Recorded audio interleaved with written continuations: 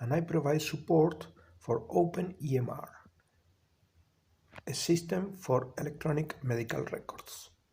Open EMR is a unique system that has many features. I will mention a few ones in this video, but of course you can check the complete list in the website. The software is freely available, free to download, use, modify, and upgrade. It's open source. It's written in PHP and MySQL. It has free documentation, free support forum, and many users providing support and information about it. The patient demographics is very complete. It has all the primary data for the patient and also the contact data and the preferences that regulate the contact between the patient and the clinic or the doctor.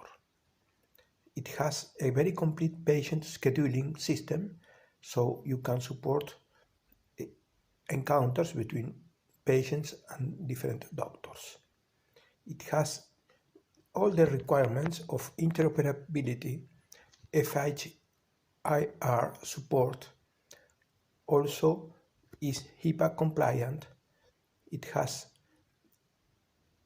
a system for prescriptions and to record all the laboratory data, to upload documents in a secure way, and many other features related to the current medical work.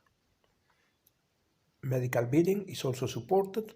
It has several codes, mostly ICD-10 and SNOMED, and the ability to include others.